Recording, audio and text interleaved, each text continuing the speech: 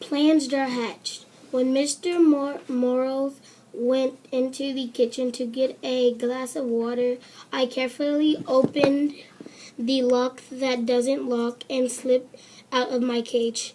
I leaped over to the chair and scampered down the floor and hid in the corner behind the long curtains. Mr. Merles returned and sat down again. The children were still thumping and bumping and were now screaming and screeching as well.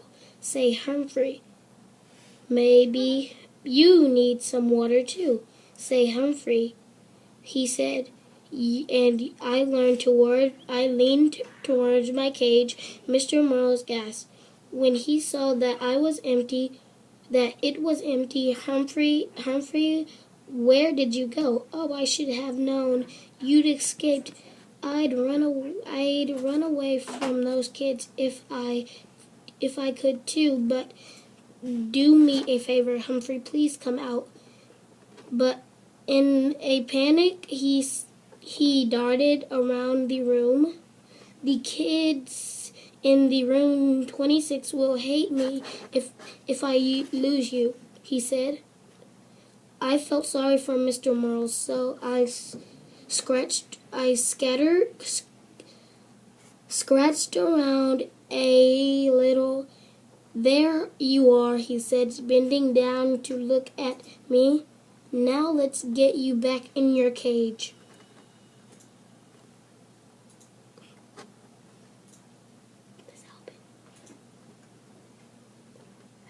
No, you finished the page. You have to keep reading the next page. Not quite yet. I thought he reached down to pick me up, and I scampered forward. Just a few inches past his hand. Don't do this to me, Humphrey, he said. Cooperate,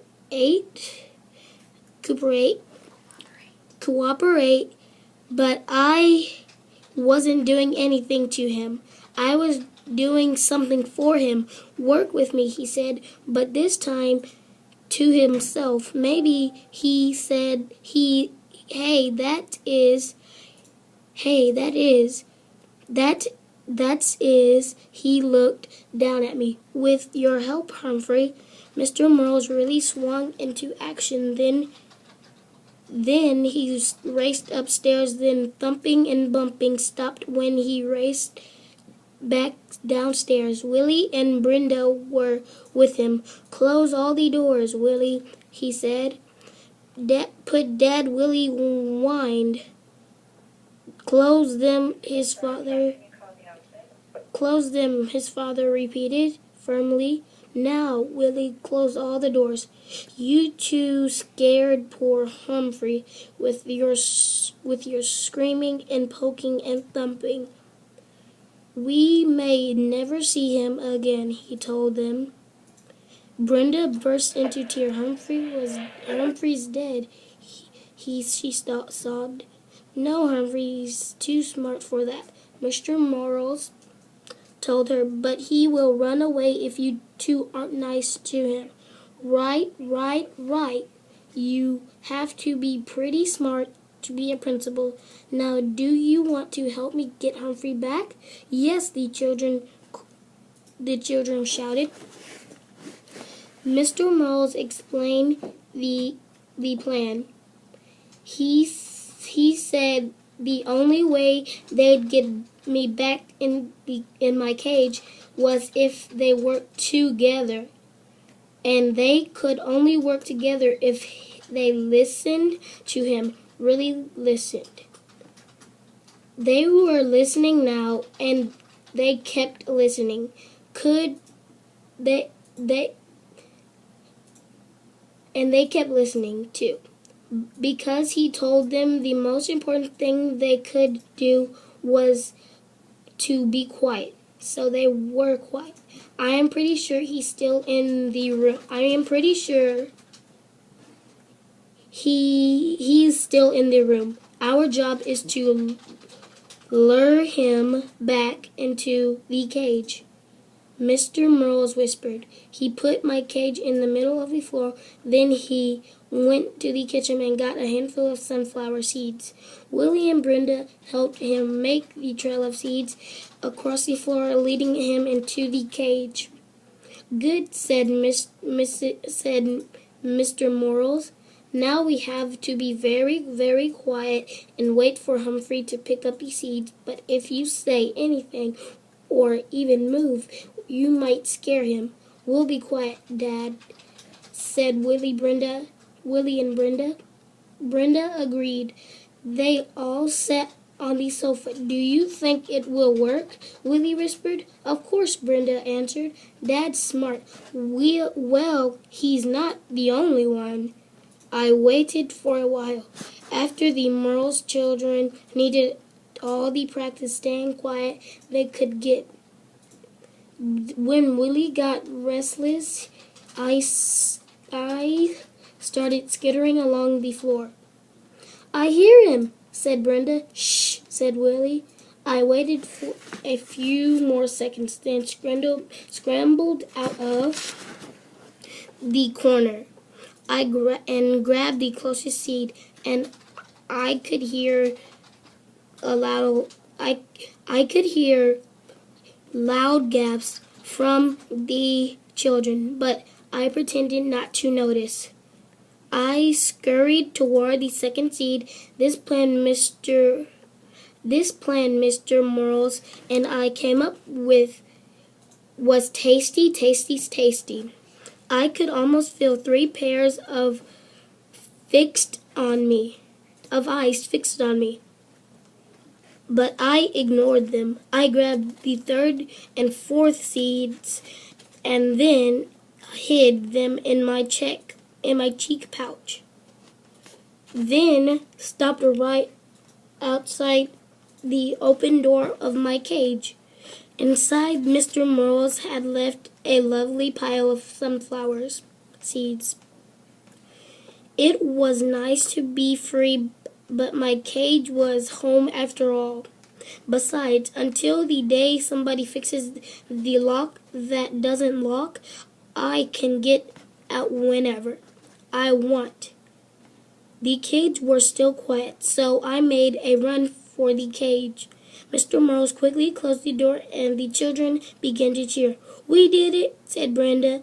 That Dad's the smartest man in the world, said Willie. Hey, you kids helped. When we cooperate and work together, we make a pretty good team, Mr. Morals told them. Lo mejor, Willie agreed. The best. Mr. Morals squatted down and winked at me. Of course, Humphrey helped too. I'll say the rest of the weekend with the Morals family was fine. Sometimes the kids started interrupting their dad or mom, but Mr. Morals just reminded them that they could be polite if they tried. Willie and Brenda tried. Mrs. Morals sold a house. It turns out that selling other people's houses is her job, so they celebrated with pizza and ice cream. Brenda learned to hold me gently. Willie even cleaned the poo out of my cage, which I appreciated. Life is good, I thought, as Mr. Morse drove me back to my school Monday. Then I remembered Mrs. Brisbane and how she'd said I was a troublemaker and she was going to get rid of me. Humphrey, you are a true friend, said Mr. Morals as he carried my cage back into the room 26.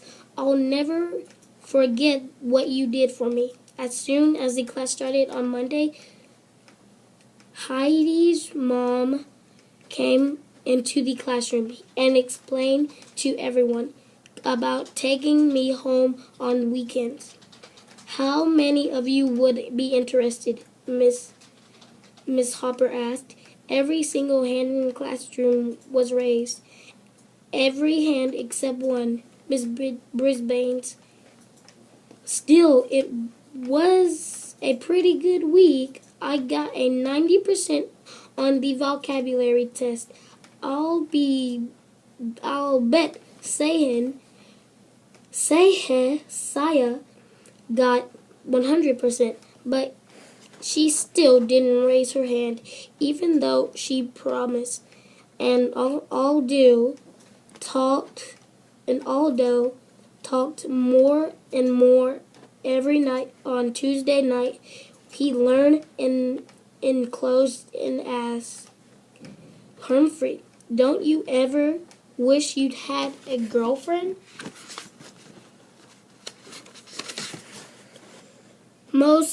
Like most hamsters, I'm pretty much of a loner, so I really hadn't thought about it before. Not sure, I squeaked. I would like one, said Aldo. A real nice girlfriend. I felt so sorry for Aldo.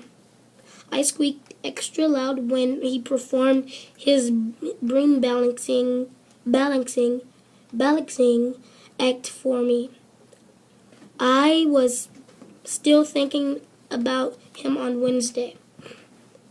After the window, I meandered outside the cage to help myself to any wet mealworms that Heidi might have left behind when he fed me earlier in the day.